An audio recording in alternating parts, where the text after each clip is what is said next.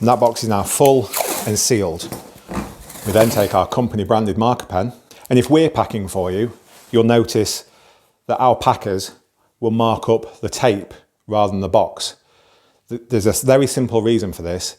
It enables the box to be reused several times. It's always very brief. So we've just got kit for kitchen, and we've got plates on the bottom, we've got cups, and we've got glasses.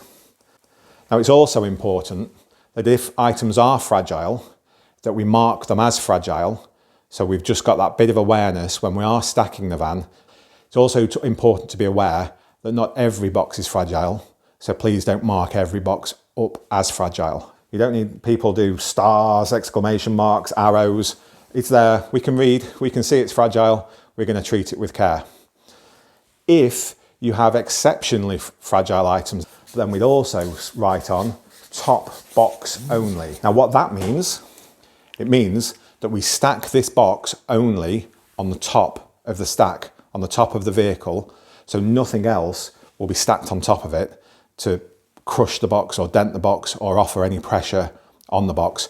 But you'll remember I placed an empty box on the bottom to enable me to work on the top of that. So I'm just going to move my full box, and these boxes are designed to be carried.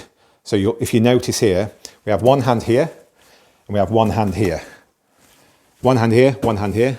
Bend your knees slightly, bring it to your body, and you can see the size of that box is roughly designed to be a similar size to a man's torso.